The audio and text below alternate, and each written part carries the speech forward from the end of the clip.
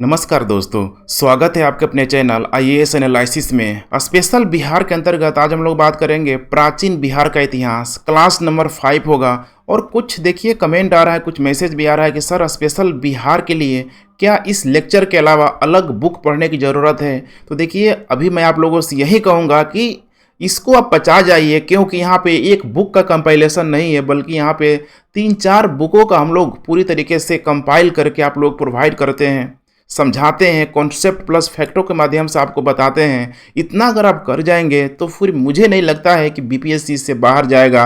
इन एक केस अगर बीपीएससी इस मूड में आ ही गया कि हम जैन धर्म से या फिर स्पेशल बीपीएससी से कुछ ऐसा प्रश्न बना दें जिससे ठीक है लड़के को हवाई भी नहीं लगे, तो यकीन मानिए कि उस एग्ज़ाम हॉल में सिर्फ आप ही नहीं होंगे वैसे प्रश्नों को सिर्फ और सिर्फ नहीं डील करने वाले, बाकी अदर जो स्टूडेंट हैं उनसे भी बन नहीं पाएगा। तो बिल्कुल आप ठीक है बुक के लिए निफिक्र रहिए। अगर आपको इरादा है बुक पढ़ने का तो आप किसी भी बुक को यहाँ पे फॉलो कर सकते हैं, किसी एक बुक को आप थ्रू आउट कर जाइए। अदरवाइज यहाँ मेरा मानना यही है कि आप इस लेक्चर को पचा जाइए। सभी यहाँ पे कॉन्सेप्ट प्लस फैक्ट है, बिल्कुल ही आपके दिमाग में पूरी तरीके से सेट हो जाएगा, जो एग्ज़ाम हॉल में आपको पूरी तरीके से फ़ायदा करेगा ही करेगा। तो चलिए हम लोग आज क्लास शुरू करते हैं। नए लोग हैं तो चैनल को सब्सक्राइब जरूर कर लीजिए। पीडीएफ पूरी की पूरी इस टेलीग्राम ग्रुप में अपलोड की जा रही है, कोई क्यूरी है तो व्हाट्सएप कर सकते हैं। अब यहाँ पे जो आज का जो टॉपिक है, जैसा अभी मैंने मेंशन किया जैन धर्म, चूँकि पिछले क्लास हम लोगों ने बौद्ध धर्म को बहुत ही डिटेल्स एनालिसिस के साथ साथ देखने का प्रयास किया था, ठीक वैसे ही यहाँ पे जैन धर्म को भी देखेंगे, क्योंकि यहाँ से अगर आपका किस्मत अच्छा रहा तो 2 प्रश्न बन जाएगा, अदरवाइज एक प्रश्न तो देखिए जनरली बनता ही बनता है। तो एक एक प्रश्न के लिए हम लोग यहाँ पे फाइट करने में लगे हुए हैं, और इसमें उम्मीद है कि आप लोगों की जो मेहनत है, मेरा प्रयास है, ज़रूर रंग लाएगी। चलिए हम लोग बात करते हैं यहाँ पे अब जैन धर्म की।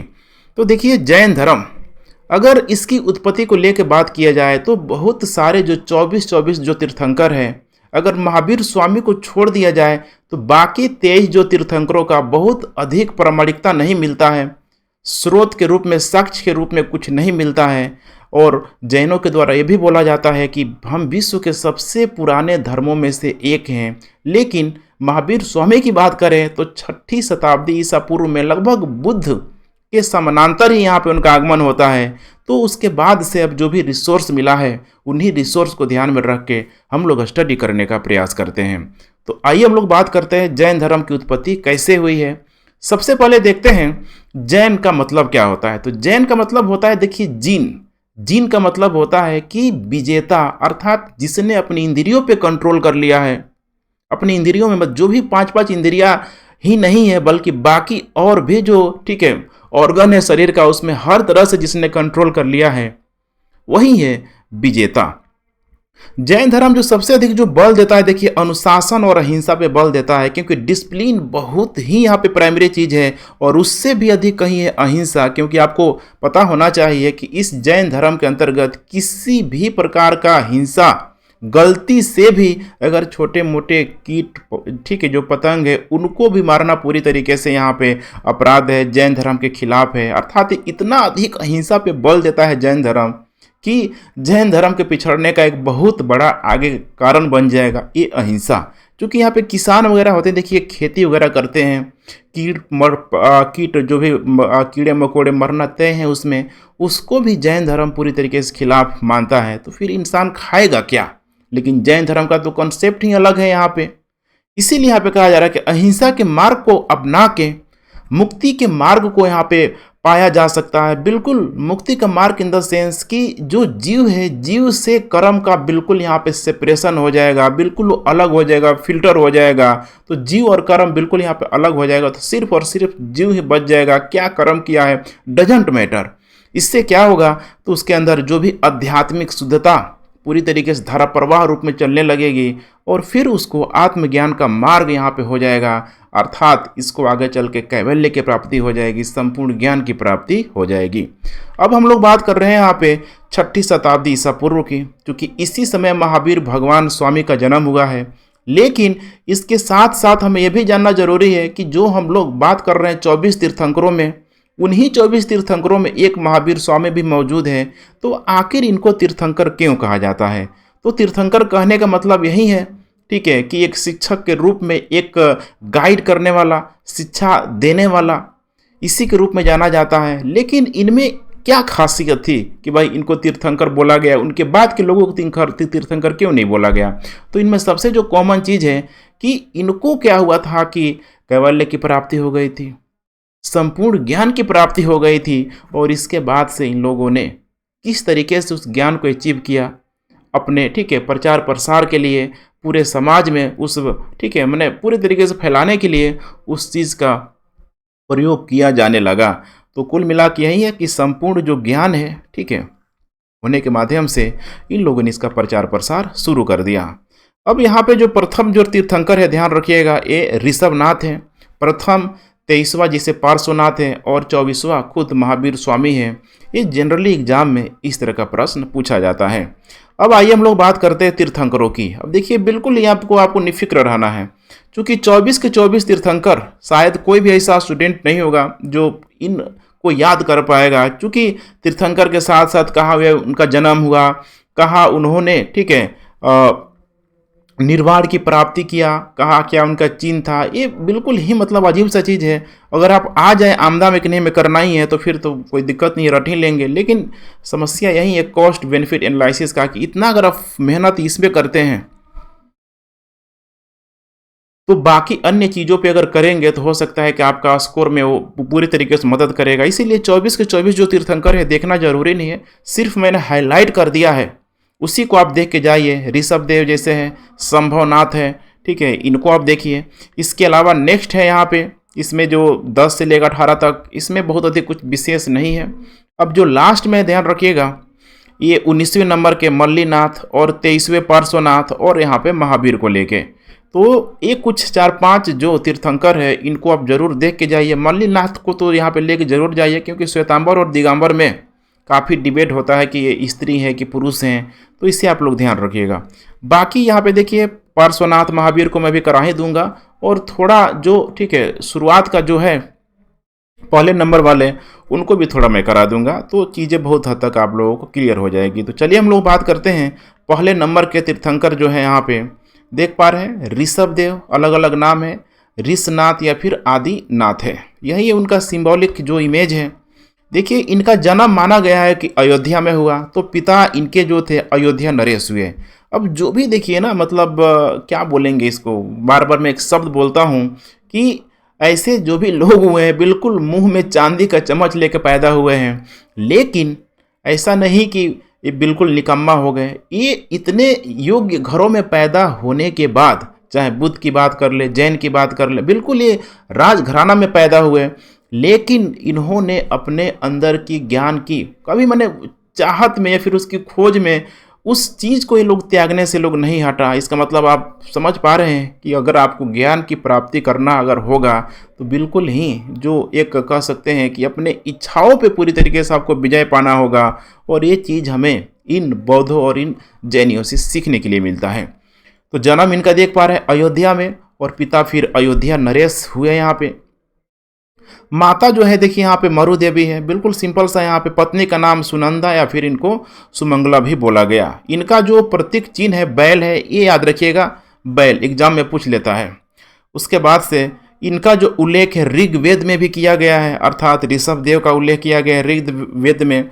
और इनकी जो सर्वप्रथम जो मूर्तियाँ जो हमें मिलती है कुषाण काल में, चूँकि कुषाण काल में ही मूर्ति वगैरह का निर्माण होने लगा हुआ था, तो उसी समय मथुरा और चौसा से 2 जगहों से ऋषभ देव की मूर्ति अभी प्राप्त हुई है। इनको जो निर्माण प्राप्त हुआ है कैलाश पर्वत में हुआ। निर्माण माने समझ रहे हैं ना, संपूर्ण ज्ञान की प्राप्ति हो गई, कैवल्य भी बोला जाता है। आप अभी से सुनते रहिए, क्योंकि बाद में इसका बार बार जिक्र आएगा।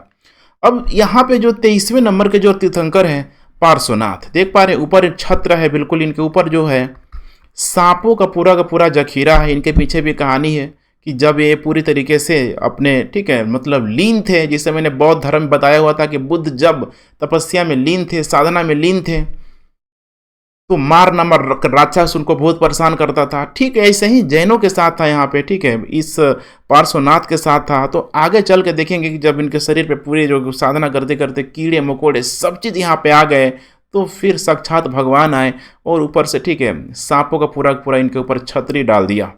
मैंने इनके सुरक्षा कवच के रूप में, तो इसीलिए इनका जो प्रतीक चिन्ह के रूप में सांप हो गया। थोड़ा इसके भी बारे में देख लीजिए। जन्म इनका ठीक है काशी हुआ है, वाराणसी में हुआ है।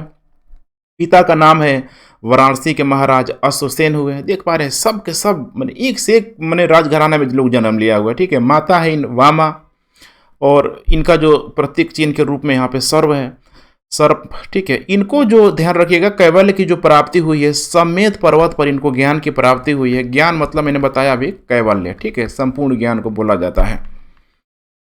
इन्होंने चतुर्याम शिक्षा को प्रतिपादित किया। ये जो चतुर्याम शिक्षा है, एक तो आएगा पंचयाम शिक्षा जो महावीर स्वामी के द्वारा दिया जाएगा। चतुर्याम जो शिक्षा दिया गया है ये पार्श्वनाथ के द्वारा किया है, जिसमें सत्य बोलना, अहिंसा मतलब किसी भी प्रकार के हिंसा के विरोध, अस्तेय मतलब चोरी नहीं करना है, अपरिग्रह माने इकट्ठा नहीं करना है। लेकिन देखिए कितना अच्छा अच्छा बात लोग बोल के लोग गया है। लेकिन अभी आज वर्तमान में अगर हम लोग बात करेंगे भारत की, जैनियों की तो भले जनसंख्या में मुट्ठी भर है, वेल एजुकेटेड लोग हैं, लेकिन अगर ठीक है उनकी फाइनेंशियल कंडीशन की बात करेंगे तो वो बिल्कुल ही उतना ही अच्छा है जैसे उनका एजुकेशन है। तो अपरिग्रह मतलब कहीं न कहीं देखिए उसके तो विपरीत है ही यहाँ पे, क्योंकि यहाँ पे साफ साफ लिखा गया है अपरिग्रह माने इकट्ठा नहीं करना है किसी भी चीज़ का। खैर चलिए, अब आइए हम लोग बात करते हैं नेक्स्ट महावीर स्वामी के बारे में। ठीक है, तो ये महावीर स्वामी यही है 24वें तीर्थंकर के रूप में मौजूद है।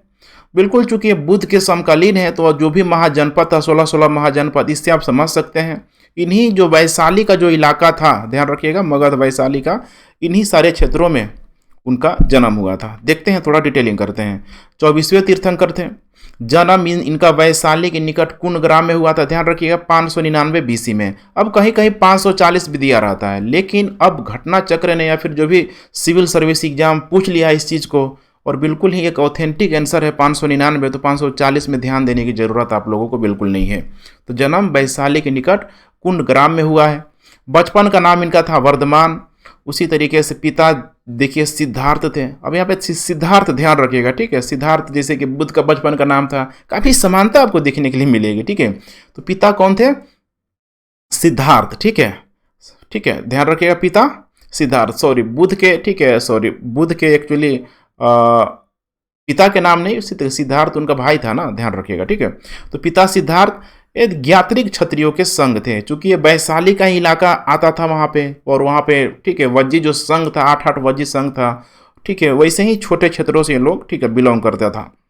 माता थी इनकी त्रिशला। अब त्रिशला जो थे देखिए बहुत फेमस नाम है, क्योंकि त्रिशला का संबंध यहाँ पे ध्यान रखिएगा, ठीक है, चेटक से था। चेटक की वो बहन थी त्रिशला, और ध्यान रखिएगा ठीक है चेटक की जो बहन से जो शादी हुआ था देखिए ठीक है बिंबिसार एक तरीके से ससुर भी था। मैंने क्या बोलते हैं कि बिंबिसार का जो ससुर है यहाँ पे वैशाली लक्ष्मी गणराज चेटक की क्या थी, बहन थी। तो इस चीज़ को भी ध्यान रखिएगा, त्रिशला चेटक की कौन हो जाएगी, बहन हो जाएगी, जो रिश्ता में ठीक है बिंबिसार का ससुर हुआ करता था। इसके अलावा देखिए भाई है नंदी वर्मन। यही है नंदी वर्मन से पूछ के वो निकल गए कि भाई अब देखो भाई साहब राजपाट अपना हम निकल रहे हैं ज्ञान की खोज में। पत्नी थी यशोदा। अब यहाँ पे ध्यान रखिएगा बुद्ध की पत्नी का नाम यशोधरा, और ये है पत्नी यशोदा। ये कुंडिन्य गोत्र की कन्या थी ये। ठीक है, चूंकि गोत्र की अवधारणा उस समय धीरे धीरे आ ही चुकी थी, वैदिक काल की जो परंपरा यहाँ पे चल रही थी। अब यहाँ पे आप देख पा रहे हैं पुत्री थी, ध्यान रखिएगा ठीक है अंजोज्या। ठीक है, माने इनको प्रियदर्शना भी बोला गया है। और वहीं बुद्ध की बात करें तो बुद्ध का जो पुत्र का नाम क्या था, राहुल था। इनका जो शादी हुआ था, अर्थात महावीर स्वामी के जो दामाद हुए यही थे जमाली। आगे चल के ठीक है यही जमाली संघ का ठीक है प्रतिनिधित्व करते हुए नजर आएगा, लेकिन कुछ बातों को लेकर विवाद भी हो जाएगा, तो जमाली संघ से अलग हो जाएगा। आगे चल के देखिए यहाँ पे गृहस्थ जीवन इन्होंने ठीक है 30 वर्षों में पूरी तरीके से परित्याग कर दिया, और जैसे कि बुद्ध निकले हुए थे ज्ञान की खोज में वैसे ही ये निकल गए। लेकिन एक यहाँ पे अंतर है, बुद्ध तो चुपके से निकल गए अपने पत्नी और बच्चों को छोड़ के, लेकिन ये धूमधाम से गए अपने भाई को बोल के। मैंने पूरी तरीके से इनको एक कह सकते हैं कि एक ठीक है शानदार विदाई के रूप में इनको दिया गया। अब आइए नेक्स्ट हम लोग बात करते हैं ज्ञान की प्राप्ति और महावीर की शिक्षाएं। बिल्कुल देखिए पार्ट वाइज मैंने बांट दिया है, आपको कहीं से कोई दिक्कत नहीं होगा, बस मेरे साथ बने रहिए। ज्ञान की प्राप्ति कहाँ हुई, क्या क्या इन्होंने शिक्षाएं दिया, बिल्कुल ही हम लोग सरल भाषा में समझने का प्रयास करते हैं। तो देखिए निकल गए, उसके बाद से ऐसा माना गया कि 12 वर्षों तक इन्होंने कठोर ठीक है तपस्या किया, साधना किया। 30 साल में घर छोड़े, 42 वर्ष में जाके इनको जुम्भी ग्राम के पास वहीं पे एक ऋजुपालिका नदी है, साल वृक्ष के नीचे, ध्यान रखिएगा, साल वृक्ष के नीचे इनको कैवल्य की प्राप्ति हो गई, अर्थात पूर्ण ज्ञान की प्राप्त हो गई, सर्वोच्च ज्ञान की प्राप्त हो गई। और ज्ञान प्राप्ति के बाद किस तरीके से बुद्ध, ठीक है, देखिए बुद्ध क्या हो गए पूरी तरीके से, ठीक है, बौद्ध कहलाए, मैंने जो भी उनका बचपन का नाम था, बिल्कुल। तो ठीक वैसे ही अब यहाँ पे जब कैवल्य की जब इनको प्राप्ति हो गई तो फिर ये पूरी तरीके से जिन कहलाए, केवलिन कहलाए, अरहत कहलाए, निर्ग्रंथ, देख पा रहे, बंधन रहित, माने अर्थात इन्होंने अपने पूरे तरीके से अपने ज्ञान इंद्रियों पे विजय पा लिया है। हर तरह का सुख दुख मोह माया दुनिया, ठीक है, मतलब कोई इनको फर्क नहीं पड़ता है कुछ, ये ठीक है, भाव यही है।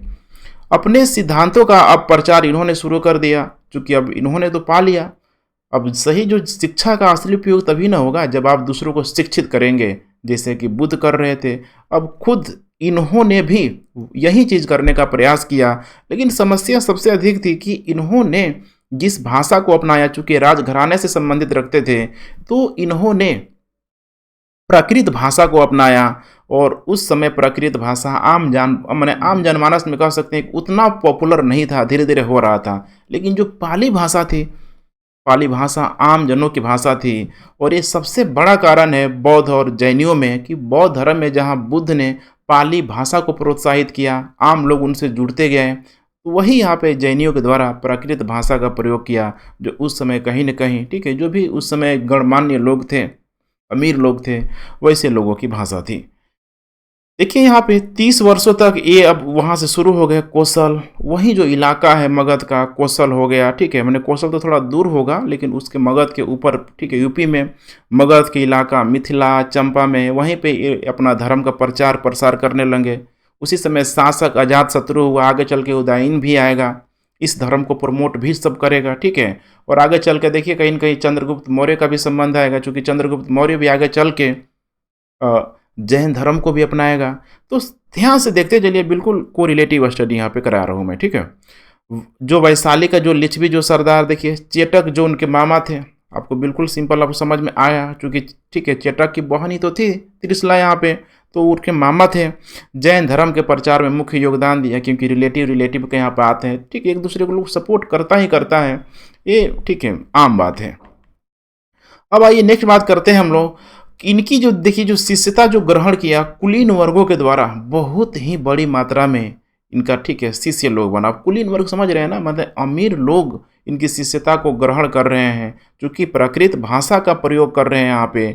और एक बहुत बड़ी समस्या का कारण बनता है कि जहाँ पे अमीर लोगों की संख्या अधिक हो जाएगी, तो स्वाभाविक सी बात है कि जब वहाँ पे गरीब लोग जाएंगे तो एक थोड़ा सा देखिए आपको समझना है इस चीज़ को, ठीक है, उनके लिए उतना वो स्पेस नहीं मिलेगा, वो इक्वलिटी का भाव नहीं आएगा। और आगे हम लोग देखेंगे कि जैन धर्म के पतन में कुछ इम्पोर्टेंट कारण ये भी बनता है कुलीन वर्ग। लेकिन खैर कुलीन वर्गों ने, ठीक है, बड़ी भारी मात्रा में इनको, ठीक है, शिष्यता ग्रहण की। अजातशत्रु देखिए यहाँ पे मत की महती उन्नति को लेकर बात करता है, माने मत की महती उन्नति को लेकर बात करता है, जो कि अजातशत्रु भी क्या किया था। तो आपको शुरुआत में ये पता होना चाहिए कि अजातशत्रु शुरू में जैन धर्म का अनुयायी था, वो तो बुद्ध को मारने के लिए चला था, लेकिन जैसे बुद्ध के पास गया कितना चेंज हो गया अजातशत्रु, पूरी तरीके से बौद्ध मत अनुयायी हो गया। तो ध्यान रखिएगा, शिष्य जमाली से जो इनका दामाद था उन्हीं से, ठीक है, मतभेद हो गया। मतभेद का कारण था एक बहुत शानदार थ्योरी है यहाँ पे, क्रियामणकृत सिद्धांत। इसका मतलब ये होता है कि कार्य करते ही पूर्ण हो जाना। किसी भी चीज़ को लेकर हम लोग देखेंगे आगे, जब स्यादवाद देखेंगे, ठीक है, स्यादवाद के साथ साथ जब आप, ठीक है, अनेकांतवाद देखेंगे तो इस चीज़ को और बेहतरीन तरीके से समझेंगे। कुल मिलाकर भी भाव यही है कि कार्य करते हैं पूर्ण हो जाना। इस चीज़ को लेके जमाली विरोध करता था कि ऐसा नहीं होगा, लेकिन जैन, ठीक है, अर्थात महावीर स्वामी मानते थे कि ऐसे ही होता है। तो इसी बात को लेकर विभेद हो गया। विभेद होने का मतलब कि अब रिश्तों में दरार आ गया। ठीक है, जमाली ने संघ को छोड़ दिया, अर्थात जो भी जैन संघ था उसको छोड़ दिया और एक नया सिद्धांत को प्रतिपादित किया। ठीक इसका उल्टा बहुतरवाद, अर्थात कार्य पूर्ण होने पर भी पूर्ण माना जाएगा, जब तक कोई कार्य कंप्लीट नहीं हो जाएगा उसको ठीक है कंप्लीट नहीं माना जाएगा। इसका इसने प्रतिपादन किया।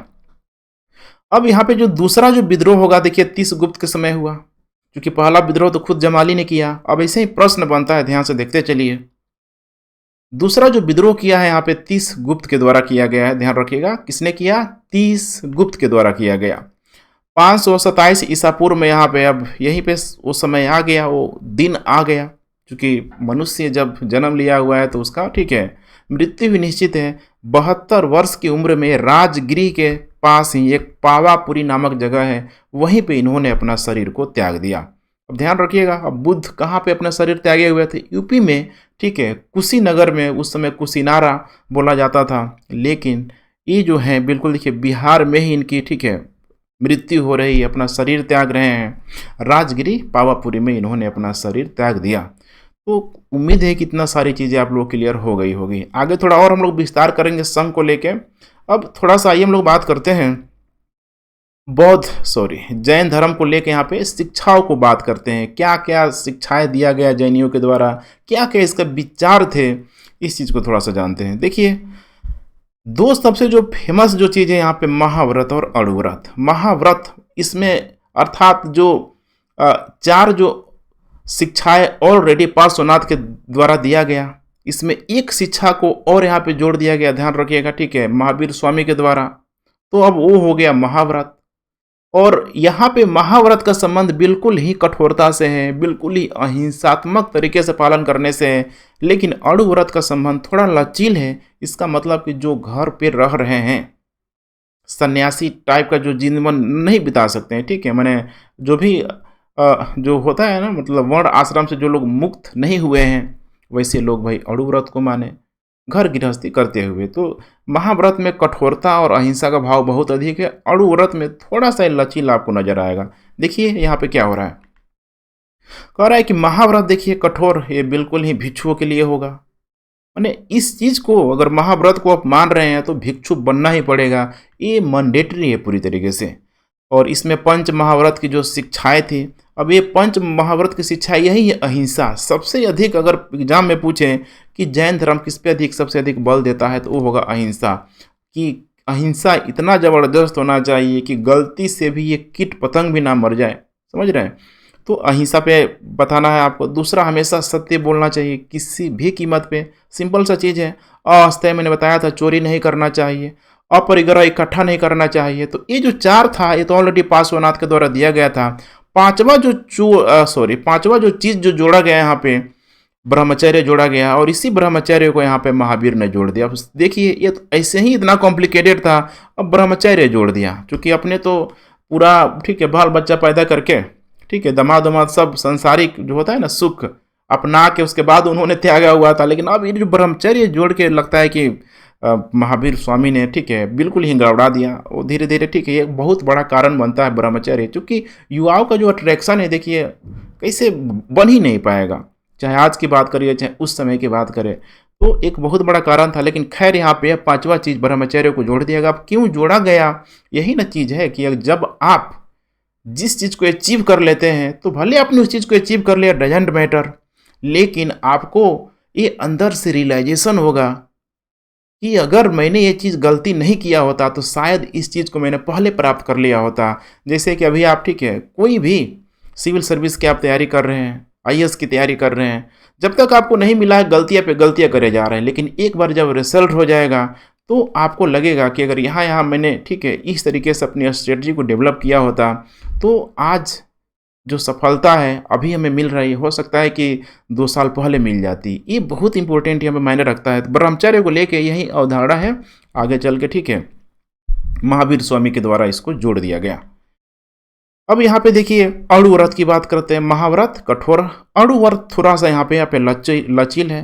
पंच अणुव्रत इसको बोला गया। पंच अणुव्रत मतलब गृहस्थों के लिए है। गृहस्थों में अब यहीं पे अहिंसा अणुव्रत, इसमें ठीक है व्रत लगा दीजिए, बाकी सब वही रहेगा, ठीक है। देख पा रहे हैं यहाँ पे। इसमें बस है कि आप पालन करिए, लेकिन थोड़ा थोड़ा इसमें ठीक है कंप्रोमाइज हो सकता है, ठीक है। ऐसा नहीं है कि इतनी कठोरता से आप करें। इसीलिए इसको जो भी गृहस्थ जो जीवन यापन कर रहे थे उनके लिए इस चीज़ को यहाँ पे लाया गया। अब नेक्स्ट आइए हम लोग बात करते हैं जैन धर्म के सिद्धांत क्या है, क्योंकि अब यहीं से समझना आपको धीरे धीरे शुरू हो जाएगा। तो जैन धर्म का जो देखिए जो सिद्धांत है, सबसे तो प्राइमरी वो चीज़ है कि मुक्ति की प्राप्ति, मुक्त हो जाना हर तरह से। और मुक्ति का मार्ग यही बताया गया, अहिंसा पे पूरी तरीके से बल देना, शरीर को इतना कष्ट देना, इतना तपाओ कि उस तपने की वजह से, मैंने शुरू में आपको बताया हुआ था कि जो एक देखिए जो बॉडी है, ठीक है, जैसे जीव है, इस जीव के साथ साथ हमारा दूसरा कर्म भी जुड़ा हुआ है। अर्थात इतना अहिंसा पे बल दो, इतना शरीर को कष्ट दो कि ये जो इस जीव से कर्म पूरी तरीके से निकल के ख़त्म हो जाए। अब सिर्फ और सिर्फ तुम जीव ही बच जाओगे। इसका मतलब अब तुम्हारे रास्ते में किसी भी प्रकार का बाधा नहीं है। इस चीज़ को आप लोग ध्यान रखिएगा, ठीक है। अब ये बोला है कि भाई अनुष्ठान की आवश्यकता नहीं है, क्योंकि उस समय चल रहा था वैदिक काल में, खासकर ठीक है उत्तर वैदिक काल तक आते आते ब्राह्मण धर्म और अधिक ठीक है कर्मकांड हो गया था, कर्मकांडीय हो गया था, अनुष्ठान वगैरह खूब कराया जा रहा था। बोला उसकी जरूरत नहीं है।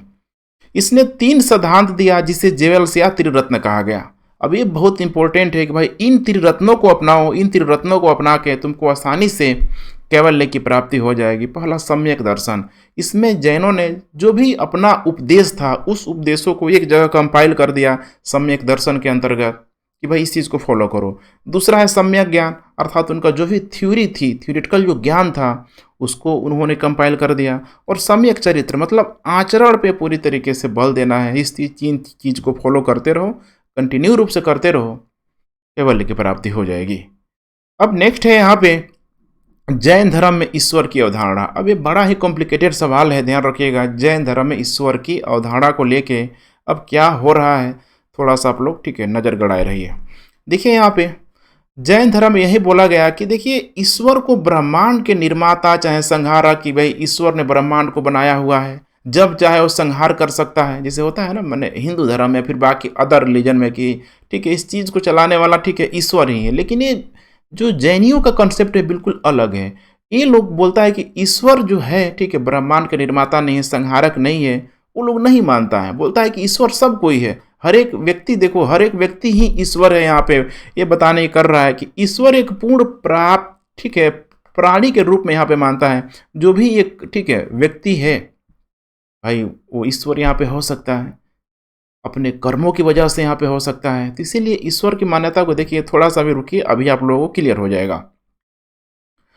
सभी कर्मों को यहाँ पे कह रहा है कि नष्ट कर दो, आत्मा मुक्त हो जाओगे और मोक्ष में पूर्ण यहाँ पे आनंदमय प्राप्ति हो जाएगी। अर्थात सभी कर्मों को भाई नष्ट करना होगा, जीव से कर्मों को अलग करना होगा। यही इसका की जो ठीक है जो तत्व है यहाँ पे, की पॉइंट है, यही आपको ध्यान देना है कि सभी कर्मों को भाई नष्ट करो, तुम्हारी आत्मा मुक्त हो जाएगी और उसके बाद से तो फिर तुमको मोक्ष प्राप्ति करने से कोई नहीं रोक सकता है। कह रहा है कि प्रत्येक जीव में ईश्वर बनने की क्षमता है, चाहे वो कीट मकोड़े कोई भी हो, ठीक है। इसीलिए उस चीज़ को ठीक है वो मारने पे बल नहीं देता है, अहिंसा पे पूरी तरीके से वो लोग ठीक है बल देता है।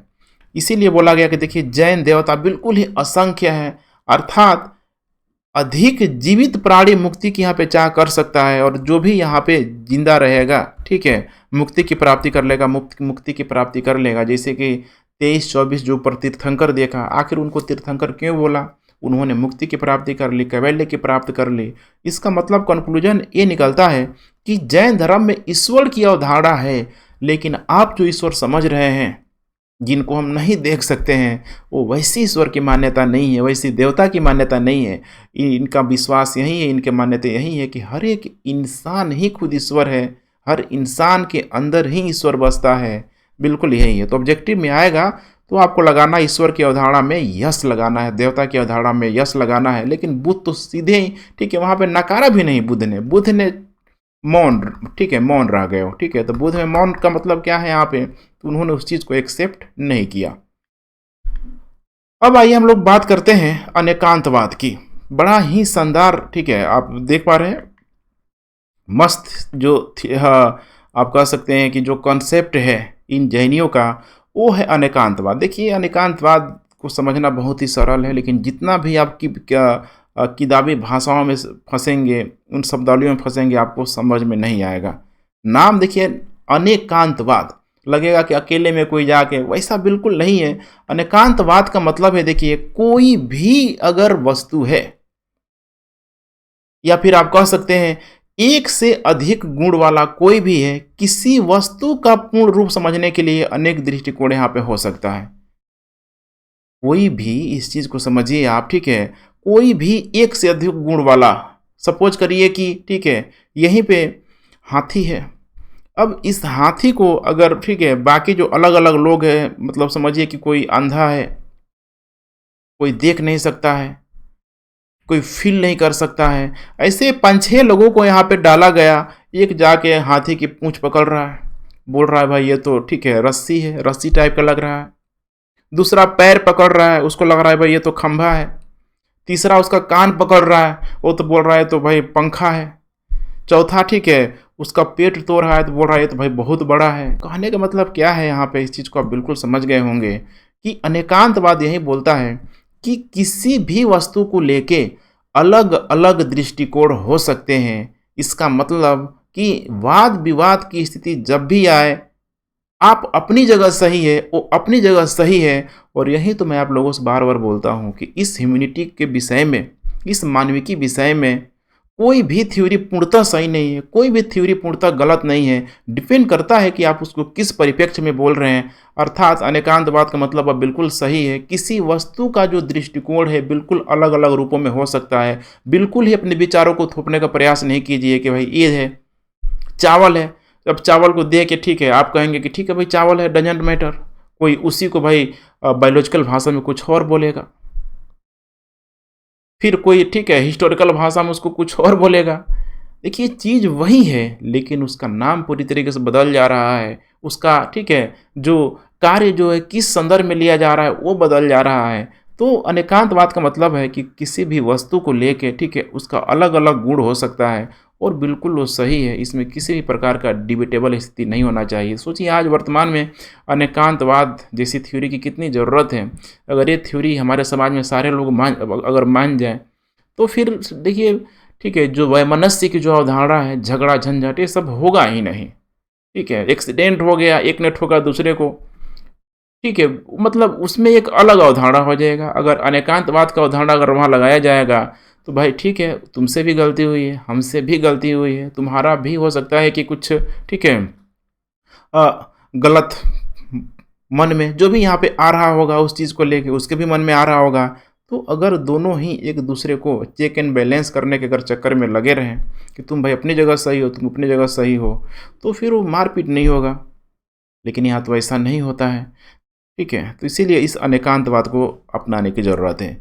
अब नेक्स्ट यहाँ पे इसी का ठीक है बिल्कुल ही सिमिलर आपको मिलेगा स्यादवाद। स्यादवाद क्या है यहाँ पे देखिए, इसका शाब्दिक अर्थ है विभिन्न संभावनाओं की जांच करने की विधि।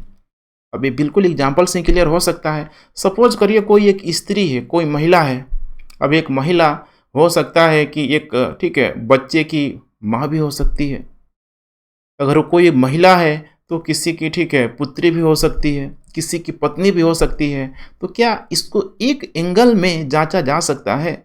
इसीलिए यहाँ पे स्यादवाद में बोला गया है कि जो भी विभिन्न संभावनाओं की जांच करने की विधि होती है, और इसी को मैं बार बार बोलता हूँ कि आपके अंदर 360 डिग्री सोचने समझने की क्षमता होनी चाहिए, तभी आप सिविल सर्विस एग्जाम को क्रैक कर पाएंगे। नैरो माइंड से आप कभी नहीं कर पाएंगे। स्यादवाद को अपनाइए, चेक एंड बैलेंस करने की कोशिश कीजिए। बार बार मैं बोल रहा हूँ, ठीक है, क्योंकि ये सब देखिए चीज़ है ना, यही चीज़ एक एस्पायरेंट को, यूपीएससी एस्पायरेंट को, आईएएस एस्पायरेंट को, सिविल सर्विस एस्पायरेंट को बाकी भीड़ से अलग करता है। तो इस चीज़ को सिर्फ और सिर्फ सुनिए नहीं, बल्कि अपने लाइफ में भी इसको अपनाइए। देखिएगा बिल्कुल आप भीड़ से अलग नजर आएंगे। तो यही है उदाहरण स्त्री के रूप में। बिल्कुल अब सिंपल इतना आपको समझ में आ गया होगा। तो अब अनेकांतवाद और स्यादवाद को लेके आपको बिल्कुल समझ में आ ही गया होगा कि इनके बीच अंतर क्या है। तो अनेकांतवाद सभी देखिए भिन्न लेकिन विपरीत विशेषताओं का ज्ञान है, भिन्न लेकिन विपरीत विशेषताओं का, हाथी वाला याद रखिए, ठीक है। जबकि स्यादवाद किसी वस्तु या घटना के विशेष गुण के सापेक्ष यहाँ पे वितरण की यहाँ पे प्रक्रिया है। कोई दिक्कत नहीं होनी चाहिए, दिक्कत है तो आप लोग कमेंट कीजिए। अब आइए हम लोग बात करते हैं नेक्स्ट वर्ण व्यवस्था को लेके, क्योंकि उस समय वर्ण व्यवस्था भी पूरा पूरा जो चतुर्थ वर्ण व्यवस्था चल रही थी, तो वर्ण व्यवस्था के लिए देखिए यहाँ पे आपको समझना है कि जैनियों के द्वारा इसका निंदा नहीं किया गया, इसका विरोध नहीं किया गया, और उसमें बुद्ध भी माने गले जुबान से आप कह सकते हैं ना, मैंने उस समय बहुत समस्या था, आसान नहीं था उस समय ब्राह्मण धर्म के खिलाफ जाना। अगर दूसरा धर्म में अगर ठीक है, अगर ब्राह्मण धर्म की जगह अगर दूसरा धर्म होता, जैसे यूरोप में हुआ, यूरोप में देखिए किस तरीके से सूली पे चढ़ा दिया गया वहाँ पे इंटेलेक्चुअल लोगों को, जैसे कि ईसा मसीह को ले लीजिए, वैसे ही इंटेलेक्चुअल ये लोग भी हुए, बुद्ध भी हुए, जैन भी हुए हैं। लेकिन यहाँ पे कहीं न कहीं आपको एक ब्राह्मण धर्म में एक लचीलता देखने के लिए मिलेगी। मारने का तो प्रयास किया गया, कहीं न कहीं बुद्ध गए भी गए, लेकिन वहाँ पे तो खुलेआम चढ़ा दिया गया, क्योंकि उस यूरोप के समाज में एक ईश्वरवाद की अवधारणा थी, सॉरी एक बहुदेववाद की अवधारणा थी। चूँकि अब जो ईसा मसीह थे बिल्कुल एक ईश्वरवाद को मान रहे थे, तो चीज़ें बहुत अधिक देखिए कॉम्प्लिकेटेड है। कुल मिला के थोड़ा सा आपको ठीक है एक एनालिटिकल अप्रोच अपनाना पड़ेगा कि वर्ण व्यवस्था को लेकर जो उस समय समाज में था, इन लोगों ने खुल के उस तरीके से निंदा नहीं किया। उसके बाद से हम लोग बात कर रहे हैं शुद्ध और अच्छे आचरण वाले। इन्होंने बोला कि भाई नहीं कर रहे हैं, लेकिन एक पीछे से एक रास्ता खोल दिया कि देखो हम ठीक है एक्सेप्ट तो कर रहे हैं, लेकिन जो नीचे के लोग हैं जिनकी स्थिति खराब है, चाहे शूद्र है या फिर जिनका भी कैरेक्टर अच्छा है, वो ठीक है मोक्ष प्राप्त कर सकते हैं, कोई भी यहाँ पे बाधक उत्पन्न नहीं होगा। नेक्स्ट आइए हम लोग बात करते हैं, अब देखिए यहाँ पे मोक्ष की प्राप्ति और जैन धर्म का विस्तार। किस तरीके से मोक्ष की प्राप्ति हो सकती है जैन धर्म में, अभी हमने देखा, लेकिन थोड़ा सा डिटेलिंग कर लेते हैं, ठीक है। और जैन धर्म का आगे चल के किस तरीके से विस्तार हुआ धीरे धीरे धीरे, चाहे मगध की बात करें, मौर्य की बात करें, या फिर आने वाले समय में बात करें कैसे उसका डिक्लाइन हो गया। बिल्कुल थोड़ा सा और है, ठीक है, मेरे साथ बने रहिए। देखिए पहला तो बोला गया त्रिरत्न, ठीक है, त्रिरत्न में जो भी त्रिरत्न की अवधारणा थी उसको फॉलो करिए। उससे क्या होगा कि कर्मों का जीव की ओर बहाव ठीक है रुक जाएगा, जिसे संवर मैंने संवर बोलते हैं, इसको संलेखना बोलते हैं, संलेखना पद्धति बोला जाता है, मैंने जीव से कर्म का अवशेष बिल्कुल यहाँ पे सेपरेट हो जाएगा। उसके बाद देखिए जीव में व्याप्त कर्म पूरी तरीके से समाप्त हो जाएगा। जब कर्म समाप्त हो जाएगा तो उसको निर्जरा भी बोला जाता है। ये बहुत करेंट कैसे हुए देखिए, ठीक है, क्योंकि आज वर्तमान में कहीं न कहीं फंडामेंटल राइट से ये जो संलेखना जो पद्धति है, निर्जरा जो पद्धति है, वहाँ पे मोटिवेट किया जाता है बुजुर्ग लोगों को। वो लोग अपना त्याग देता है लोग, ठीक है, खाना पीना उना समझ रहे हैं, पानी पीना तक किसी भी प्रकार के लोग एक्टिविटी नहीं करता है, और वैसे लोगों को जैन समाज में रिस्पेक्ट दिया जाता है, माना जाता है। तो कहीं ना कहीं देखिए फंडामेंटल राइट मैंने स्वैच्छिक जो मृत्यु है आप नहीं कर सकते, अपनी जान आप खुद ले नहीं सकते हैं, वैसे तो आदमी मर ही जाएगा। तो इस चीज़ को आप लोग ध्यान रखिएगा, नर्जरा कहा गया, ठीक है। जीव से कर्म का अवशेष जब बिल्कुल समाप्त हो जाएगा, मोक्ष की प्राप्ति कर लेगी, और मोक्ष की प्राप्ति जब कर लेगी तो फिर वही जो कहानी है सारे धर्मों में कि मोक्ष के पश्चात जीव आवागमन के चक्र से छुटकारा पा लेगा। अब सोचिए यहाँ पे बहुत ही यहाँ पे इम्पोर्टेंट टर्म है, जैन कर्म पे बल दे रहा है। इसी चीज को बुद्ध के द्वारा बनाया गया कि देखो भाई कर्म तो ठीक है अपनी जगह है, लेकिन तुमको इस चक्र से निकलना है तो अपनी इच्छाओं को त्यागो। जब तक तुम्हारे अंदर इच्छाएं रहेगी तुम्हारा जन्म होते रहेगा।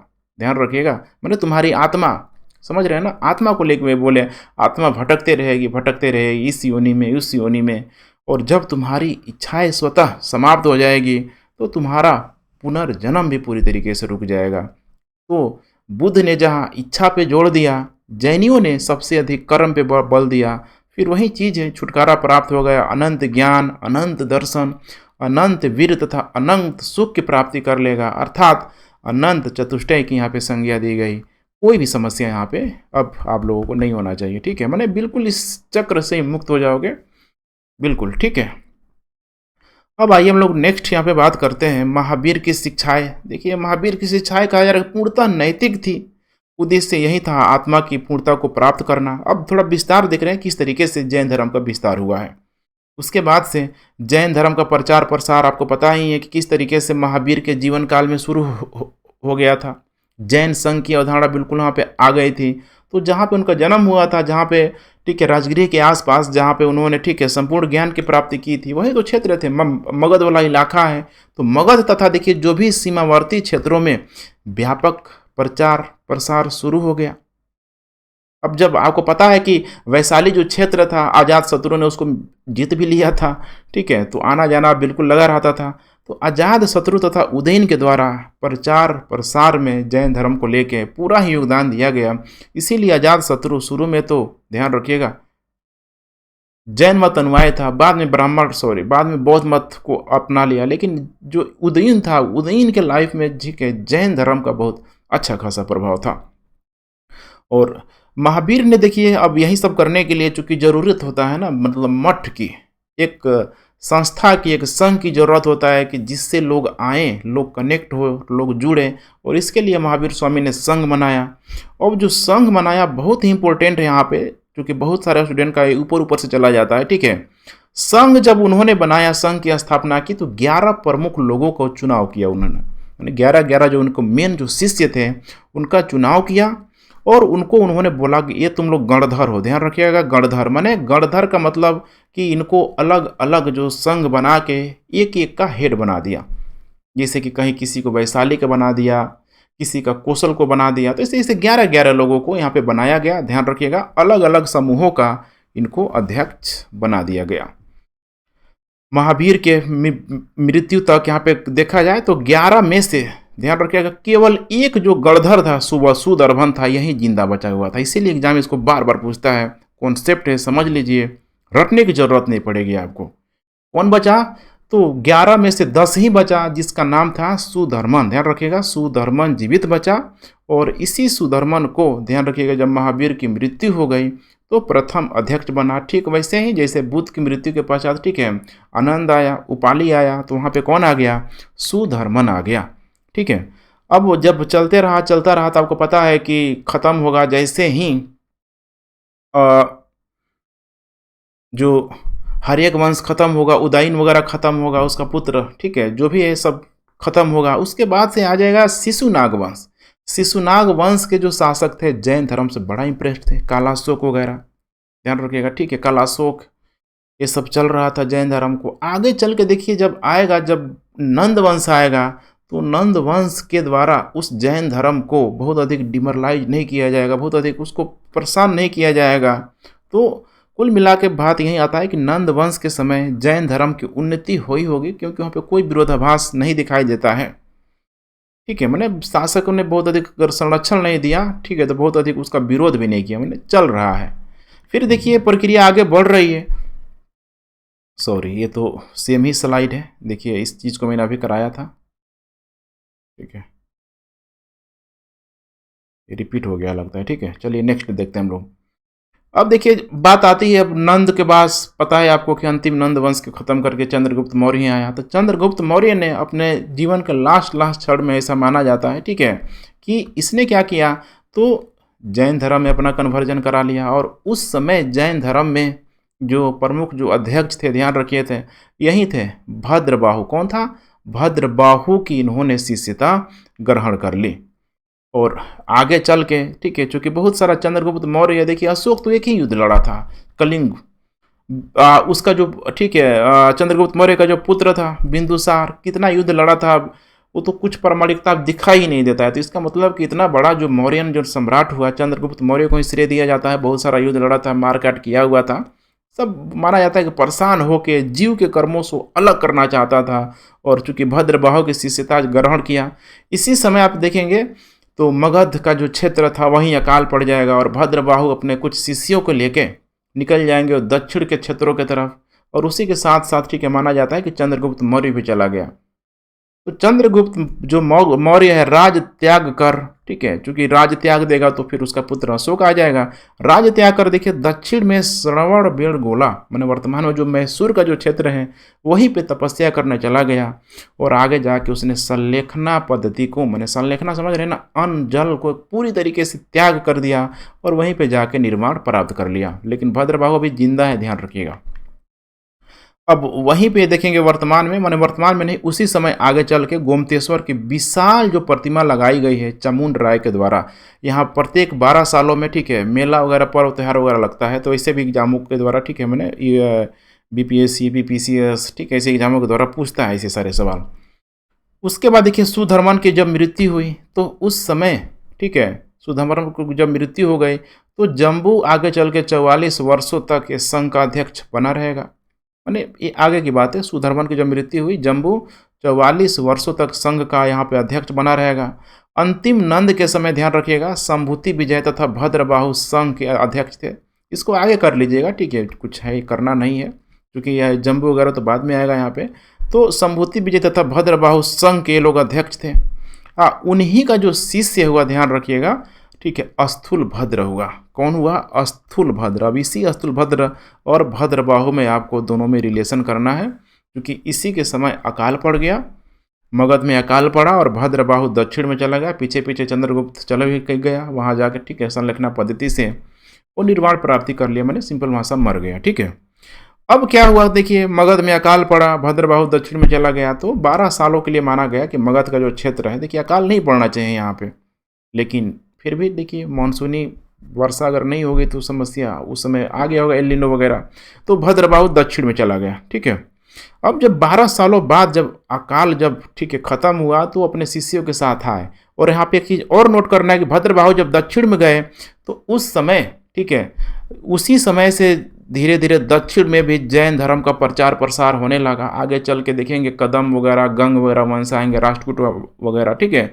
तो कुछ लोगों के द्वारा, कुछ शासकों के द्वारा जैन धर्म को भी अपनाया जाएगा। तो बहुत बड़ा भद्रबाहु का रोल है दक्षिण में जैन धर्म का प्रचार प्रसार करवाने के लिए। ठीक वैसे ही जैसे अगस्त ऋषि के द्वारा, ठीक है, ब्राह्मण धर्म को माना जाता है कि एक समय प्रचार करवाया गया था संगम साहित्य के दौरान।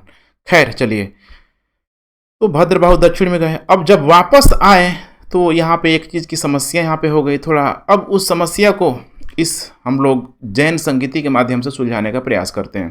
देखिए जब वापस आए ना, तो वापस आए तो जो भद्रबाहु थे बिल्कुल ही मोक्ष प्राप्ति को लेके वो लोग नंगा घूमता था, वहाँ से आया नंगा घूमता था उत्तर भारत में आके। ये बहुत बड़ी समस्या थी।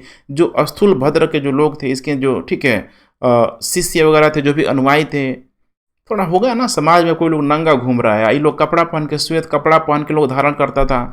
इसी बीज को लेकर बड़ा विवाद हो गया। और ये भी था कि उस समय, ठीक है, बौद्ध धर्म बड़ी तेज़ी से आगे बढ़ रहा था, ब्राह्मण धर्म भी तेज़ी से आगे बढ़ रहा था। तो जैनियों को भी लगा कि भाई हम संगीति मनाते हैं, जिसे होता है ना कांग्रेस का अध्यक्ष वगैरह, मैंने आगे चल के जब आधुनिक भारत में, ठीक है, देखे होंगे कि किस तरीके से कांग्रेस का अध्यक्ष होता है, जो भी मेरिट डिमेरिट किस तरीके से उसका प्रचार प्रसार किया जाए। तो वैसे ही जैन संगीति भी यहाँ पे, ठीक है, रखा गया कि भाई एक तो जो भी मसला होगा इसमें निपट लेंगे हम लोग। अब 300 ईसा पूर्व में हुआ है, ध्यान रखिएगा। और उस समय जो शासन काल था, ध्यान रखिएगा, ठीक है, चंद्रगुप्त मौर्य का उस समय शासन काल था, ठीक है। आयोजन स्थल कहाँ हुआ है? पाटलिपुत्रा में हुआ है, ध्यान रखिएगा। कहाँ पे हुआ है? पाटलिपुत्रा में हुआ है। और इसकी जो अध्यक्षता जो किया गया है अस्थूल भद्र के द्वारा किया गया। किसके द्वारा? अस्थूल भद्र के द्वारा।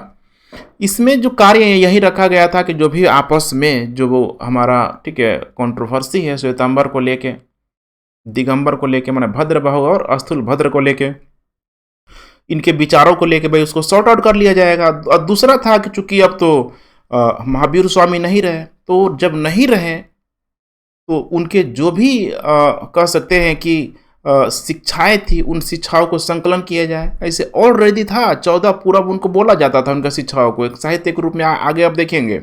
लेकिन इसमें था कि भाई ठीक है, उसको एक जगह कंपाइल कर लिया जाएगा। तो दिगंबर सब इस प्रथम जैन संगीत को बॉयकट कर दिया, सब आया ही नहीं। अब यहीं से श्वेतांबरों का, ठीक है, धीरे धीरे धीरे उत्तर भारत में, ठीक है, वर्चस्व बढ़ने लगे। वर्चस्व क्या, मैंने उनका प्रचार प्रसार तेजी से होगा। और इन्हीं श्वेतांबरों के द्वारा 14 पूर्वों के स्थान पर 12 अंगों ने इनका ले लिया। क्योंकि 14 पूर्व का संबंध 12, ध्यान रखिएगा, मैंने 14 पूर्व का संबंध जैन के जो भी तीर्थंकर है उनसे है, खासकर महावीर स्वामी से है। तो इसको 12 अंग ने ले लिया, अर्थात 12 अंग का मतलब जैन साहित्य होगा। और जैन साहित्य का मतलब ध्यान रखिएगा, जैन साहित्य प्रॉपर किसके द्वारा लिखा गया है सब? तो महावीर स्वामी की जो प्रत्यक्ष जो शिक्षा है, या फिर उनके जो भी, ठीक है, ऊपर के जो तीर्थंकर हैं उनके द्वारा किया गया है। फिर देखिए बीच में लोग गायब हो गया बहुत दिनों तक। 512 ईस्वी में होगा द्वितीय जैन सभा, द्वितीय जैन संगीति। यही समझ जाइए, याद करने की जरूरत नहीं है, रटते रहेंगे, कभी याद नहीं होगा। 512 ईस्वी में हुआ द्वितीय जैन सभा। शासन काल इस समय था ध्रुवसेन प्रथम का। ये हुआ देखिए गुजरात की तरफ, इधर वल्लभी का जो क्षेत्र था यहाँ पे किया गया। और इसकी जो अध्यक्षता जो किया था, ये बड़ा इंपॉर्टेंट नाम है, एग्जाम इसको भी पूछने वाला है, ध्यान रखिएगा। देवर्धिगण या इसको क्षमा श्रमण बोला गया। इसमें क्या किया गया, तो इनका जो कार्य था कि जो भी धर्म ग्रंथ है, क्योंकि अब 2-2.5 सालों तक का गैप हो गया, इसमें बहुत सारे योग से कि योग्य जो ठीक है जैन जो गुरु लोग आया यहाँ पे, तो उनके द्वारा भी कही गई बातों के यहाँ पे संकलन करने का प्रयास किया गया। अर्थात इसको आप गैर साहित्य के रूप में मैंने आप समझ सकते हैं। एक साहित्य मैंने प्रॉपर किसके द्वारा, जैन तीर्थंकरों के द्वारा, और दूसरा जो गैर जो ठीक है जो जैन तीर्थंकर है उनके द्वारा यहाँ पे किया गया। इसी का नाम दिया गया आगे चल के फिर से 12 अंग 10 उपांग 6 ठीक है 6 छेद सूत्र है, 4 मूल सूत्र है और उसके बाद से है अनुयोग सूत्र। तो इसको आप लोग ध्यान रखिएगा, प्रथम जैन संगीति और द्वितीय जैन संगीति। अब यही है देखिए, श्वेतांबर और दिगंबर में बिल्कुल सिंपल सा अंतर है कि सफ़ेद वस्त्र ये लोग धारण करता था, दिगंबर वस्त्रहीन रहता था। स्त्री यहाँ पे बोला गया श्वेतांबर में कि बिल्कुल निर्वाण प्राप्त कर सकती है, उत्तर भारत में है। ये लोग बोला कि स्त्री निर्वाण प्राप्त नहीं कर सकती है। ये लोग बोला कि ज्ञान प्राप्ति के बाद भी लोगों को भोजन की आवश्यकता होती है, नहीं तो आदमी मर ही जाएगा, कैसे होगा। ये लोग बोला कि देखो आदर्श साधु भोजन ही नहीं करता है, ज्ञान प्राप्ति हो गई तो भोजन नहीं करना है। कैसे चंद्रगुप्त मौर्य, ठीक है देखिए संलेखना पद्धति, अन्न जल त्याग कर मर गया बेचारा, मैंने ठीक है। अब ये बोला कि लोग कि महावीर अविवाहित है, ये लोग बोला कि महावीर ये लोग बोला श्वेतांबर लोग कि महावीर का क्या ऐसे थे, विवाह हुआ था उनका, शुरू में देखा था हमने, ठीक है उनकी पत्नी का नाम। ये लोग बोला कि नहीं उनका विवाह नहीं हुआ था, इसीलिए ब्रह्मचर्य पे उन्होंने बल दिया था। श्वेतांबरों ने बोला कि 19वीं जो तीर्थंकर था मल्लीनाथ, मैंने शुरू में आपको बताया था कि वो स्त्री है। और दिगंबर लोगों ने बोला कि नहीं देखो पुरुष है। तो चूंकि ये लोग तो विरोध ही कर रहा है ना, बोल रहा है कि स्त्रियों को निर्वाण की प्राप्ति नहीं हो सकती है।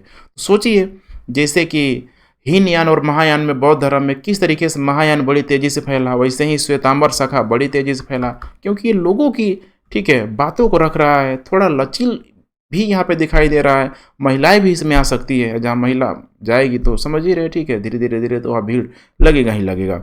खैर चलिए, अब आइए नेक्स्ट हम लोग बात करते हैं जैन साहित्य क्या है। तो जैन साहित्य तो अभी आप लोग समझ ही लिए, प्रथम जैन संगीति और द्वितीय जैन संगीति, ठीक है उसी से निकल के आया हुआ है जैन साहित्य। आगम साहित्य और बोला गया है गैर आगम साहित्य। आगम साहित्य मतलब साक्षात तीर्थंकरों के द्वारा लिखा गया था, जो ठीक है महावीर स्वामी के द्वारा जो बोला गया 14 पूर्व, और उसी को प्रथम जैन संगीति में अस्तुलभद्र के द्वारा उसको 12 अंग के रूप में परिवर्तित कर दिया गया।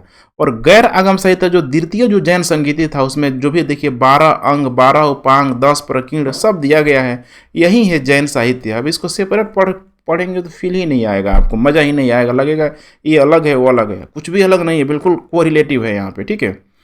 देखिए महावीर स्वामी यहाँ पे इनका जो मूल सिद्धांत था 14 पूर्व में इन्होंने दिया हुआ था। 14 पूर्व मतलब यही है जैनियों का प्राचीनतम ग्रंथ। सीधे अगर दे तो सीधे आप लगा कर ये 14 पूर्व प्राचीनतम ग्रंथ जैनियों का 14 पूर्व, ठीक है।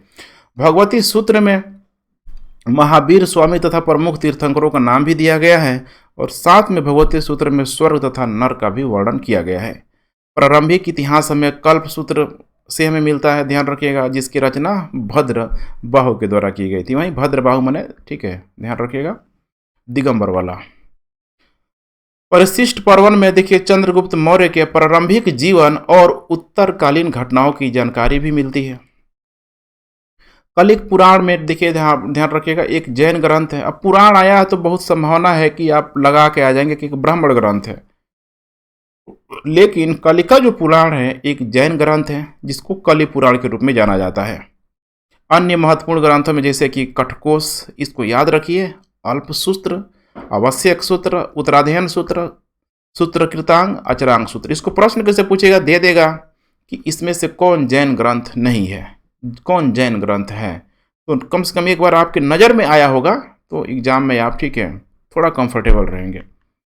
अब आइए हम लोग नेक्स्ट बात करते हैं जैन धर्म किस प्रकार से बौद्ध धर्म से भिन्न है। बिल्कुल सिंपल से यहाँ पे जैन धर्म किस प्रकार से बौद्ध धर्म से भिन्न है। देखिए जैन धर्म ने ईश्वर के अस्तित्व को मान्यता दी, बौद्ध धर्म ने नहीं दी, शांत रह गए, मौन रह गए। नंबर 1। नंबर 2, जैन धर्म वर्ण व्यवस्था की निंदा नहीं करता है, बल्कि बौद्ध धर्म निंदा करता है। भाई वो तो सामने आ गए थे। जैन धर्म आत्मा के पुनर्जन्म में विश्वास करता है, ध्यान रखिए, आत्मा के पुनर्जन्म में विश्वास करता है, जबकि बौद्ध धर्म नहीं करता है। ठीक है, बौद्ध धर्म सिर्फ और सिर्फ, ध्यान रखिएगा, पुनर्जन्म में इच्छा की बातों को शामिल करता है। बुद्ध ने मध्यम मार्ग निर्धारित किया, हर चीज को लेकर मध्यम मार्ग से बहुत अधिक कठोर नहीं होगा। जबकि जैन धर्म अपने अनुयायियों को पूरी तरह से त्यागने की वकालत करता है, यहाँ तक कि कपड़ा भी त्याग दो। ठीक है, कपड़ा भी नहीं पहनना है तुमको, ये हाल है यहाँ पे। अब आइए नेक्स्ट हम लोग देखते हैं जैन धर्म का योगदान क्या कर रहा। ये तो सिंपल सा है, ठीक है, एक्चुअली ये थोड़ा मेंस का टॉपिक हो जाता है, लेकिन होता है क्या कि प्रीलिम्स में स्टेटमेंट के रूप में दे देता है। थोड़ा सा आप लोग देखते चलिए, एनालिसिस थोड़ा थोड़ा हम लोग करते चलते हैं। वर्ण व्यवस्था की बुराइयों को सुधारने का प्रयास किया कि कैसे, तो बोला गया कि भाई तुमको भी मिल जाएगा, मोक्ष मिल जाएगा, ठीक है, आ जाओ, अच्छा आचरण होना चाहिए। प्राकृत और कन्नड़ का विकास में बहुत अधिक, ठीक है, कह सकते हैं कि अच्छा खासा रोल दिया, क्योंकि आगे प्राकृत और कन्नड़ मैंने दक्षिण भारत की बात किया जा रहा है, कन्नड़ समझ रहे हैं, वहाँ पे सरवड़ बेलगोला का जो एरिया था। आगे चल के वास्तुकला और साहित्य में भी बहुत योगदान दिया। इतना सारा ग्रंथ लिखा ही गया तो कहीं ना कहीं इंटरलिंकिंग तो होगा ही होगा, कोरिलेटिव स्टडी तो होगा ही होगा। उसके बाद यह बौद्धिक और सामाजिक सहिष्णुता को बढ़ाता है, परमाणु संपन्न, ठीक है, शांति प्राप्त, अहिंसा पे बल देता है। आज की दुनिया देखिए परमाणु संपन्न है, हर कोई, एक बटन से पूरा देश तबाह हो सकता है। तो बोलता है ये सब चीज़ गलत है, ठीक है, अहिंसा को अपनाओ, अहिंसा को अपनाओ। तो ये भी ठीक ठाक, ठीक है, जरूरी है। अहिंसा से हिंसा और आतंकवाद खत्म हो सकता है।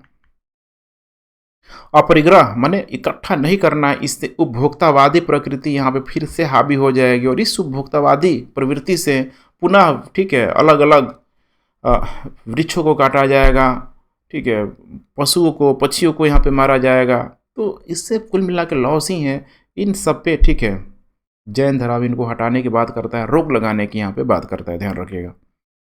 कार्बन उत्सर्जन के लिए बोला, देखिए विलासिता को दूर करो। देखिए कहीं से ग्लोबल वार्मिंग में भी सुधार हो सकता है, क्योंकि जो भी आप यूज कर रहे हैं या फिर हम लोग जो भी वस्तुएं यूज कर रही है उसका तो कहीं ना कहीं, ठीक है, कार्बन उत्सर्जन से तो सीधा ही संबंध है। हर एक वस्तु जो आप यूज कर रहे हैं, देखिए किस तरीके से पृथ्वी का टेम्परेचर बढ़ रहा है, ग्लोबल वार्मिंग का पूरी तरीके से। ऑलरेडी पेरिस क्लाइमेट जो कोप जो 50 हुआ था उसमें, ठीक है, टेम्परेचर को बोला गया है कि प्री इंडस्ट्रियल जो सेक्शन है वहाँ से आपको 2 साल, ठीक है, मैंने 2 डिग्री सेंटीग्रेड यहाँ पे कम करना है। तो इसमें एक अच्छा रोल निभा सकते हैं जैन धर्म को फॉलो करके। अब बात करते हैं हम लोग पतन का कारण क्या हो गया, ठीक है। तो ब्राह्मण धर्म से गहरा मतभेद था, शुरू से ही देखेंगे ना यहाँ पे, तो ब्राह्मण धर्म से इसका मतभेद होना तय ही था, क्योंकि कंपटीटर तो वहीं गया था।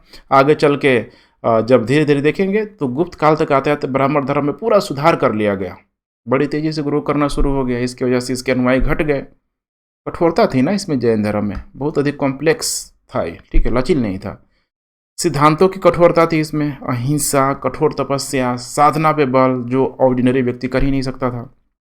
राजकीय आश्रय का अभाव, जनरली, ठीक है, जो खारवेल वगैरह था, जो कलिंग का खारवेल, वैसे ही कुछ शासक ने जैन धर्म को अपनाया, वो भी एक छोटे से एरिया में अगर देखा जाए।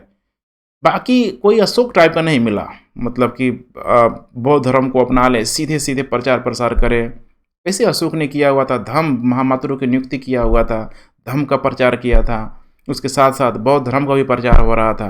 तो देखिए ये तो मायने रखता है।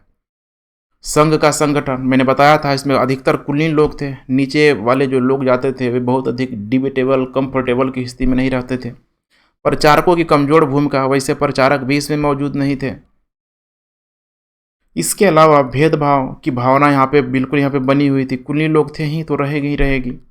इसके बाद से जैन धर्म में आगे चल के विभाजन हो गया। ये श्वेतांबर जब दिगंबर का जब विभाजन ही हो गया तो अब लोग और कंफ्यूज हो जाएंगे कि हम किसको माने किसको छोड़े। एक बोल रहा है भाई ये सही, एक बोल रहा है ये सही है, दोनों तो यहाँ पे जैन धर्म को ही प्रमोट कर रहा है। तो देखिए कारण होता है ना, हीनयान और महायान बौद्ध धर्म में भी, ठीक है, विभाजन हुआ, लेकिन बौद्ध धर्म काफ़ी लंबे समय तक चलता रहा, उसके अनुयायी भी बनते गए। और सबसे बड़ी बात बौद्ध धर्म की कि जितना इंडिया में फेमस नहीं हुआ, अब वो विदेशों में फेमस हो गया। चाहे दक्षिण पूर्व एशिया की बात कर ले, चाइना, जापान की तरफ बात कर ले, पूर्व एशिया की बात कर ले, वहाँ कितना तेज़ी से वो धर्म फैला। लेकिन जैन धर्म में देखेंगे तो ये जनरली ठीक है, विदेशों में इसकी लोकप्रियता कहीं न कहीं आपको कम होते दिखाई देगी। कारण यही है आज का हमारा उपभोक्तावादी समाज। लेकिन बौद्ध धर्म है, मध्यम वर्ग को पूरी तरीके से इंडिकेट करता है। तो ठीक है फ्रेंड्स, कुल मिला के यही सारा चीज़ था। आपको भी पता लग गया होगा कि कितना सारा कंटेंट एक साथ आप लोग प्रोवाइड किया जा रहा है। इतना आप लोग पचा लीजिए। मुसलमान शासकों का जो शासन था, ठीक है, धीरे धीरे मुस्लिमों का जब भारत में आगमन हुआ तो ढेर सारा कुछ जैन जो मंदिर था, जैन मंदिर को भी तोड़ा गया। क्योंकि देखिएगा, जैन मंदिर और ब्राह्मण मंदिर में बहुत अधिक आपको डिफरेंस नज़र नहीं आएगा। ठीक है, जो स्ट्रक्चर आर्किटेक्ट है थोड़ा थोड़ा आपको सेम ही नज़र आता है। ये भी ठीक है मतभेद का कारण हुआ करता था उस समय। तो चलिए फ्रेंड्स, थैंक्स फॉर वाचिंग। अगर आप यहाँ तक पहुँचे होंगे तो काफ़ी कुछ आपको सीखने के लिए मिला होगा। एंड लेक्चर पसंद आ रहा है तो शेयर ज़रूर करें। जय हिंद।